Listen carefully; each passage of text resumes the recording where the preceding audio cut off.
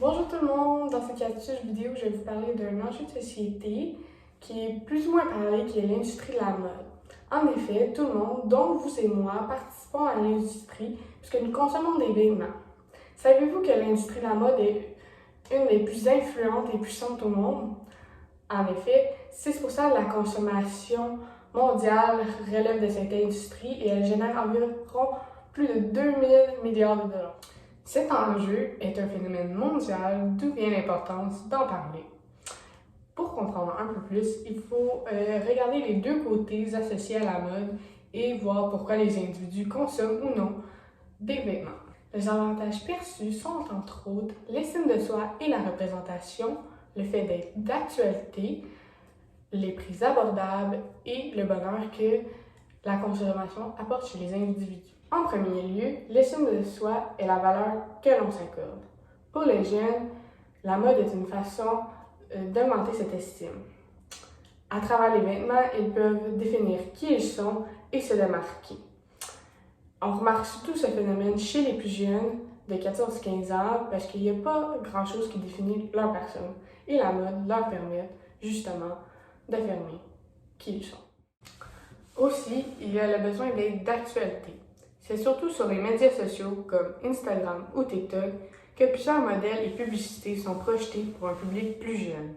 Ils ont tendance à reproduire ce qu'ils voient pour obtenir l'acceptance de leur pairs. De plus, la mode rapide permet l'achat de vêtements peu dispendieux, comme dans les magasins tels que Zara, Shein et H&M. Ces industries offrent des prix abordables pour les gens moins fortunés et surtout les adolescents. Cela permet de suivre les tendances tout en ayant une variété d'options. Inversement, les désavantages sont la pollution, les employés maltraités, surtout du secteur de la mode rapide, la surconsommation et la dépendance. En ce qui concerne les employés maltraités, on pourrait aborder le sujet des sweatshops. Les sweatshops consistent à aborder à faible revenu. Les individus travaillent durant de longues heures, étant sous-payés et ont de pauvres conditions de travail. Ici, on pourrait parler de l'insalubrité des ateliers et la violence physique et verbale. En parallèle, on pourrait parler du travail des enfants. Avec les demandes consommant en hausse, les entreprises se tournent vers des pays moins fortunés pour assurer la production à faible prix. Or, dans ces pays plus pauvres, les enfants sont obligés de travailler. On parle ici des mêmes conditions que dans les sweatshops. Sur 11% des enfants qui travaillent illégalement, la majorité provient du secteur de l'industrie de la mode. Cependant, les désavantages de l'industrie de la mode pèsent beaucoup plus que les avantages. Le fait que quelqu'un ressente du bonheur en consommant ne devrait pas égaler l'abus créé dans plusieurs autres aspects. Je vais vous prouver avec quelques faits qui vont venir soutenir ma position. En effet, l'industrie de la mode est l'une des plus polluantes au monde.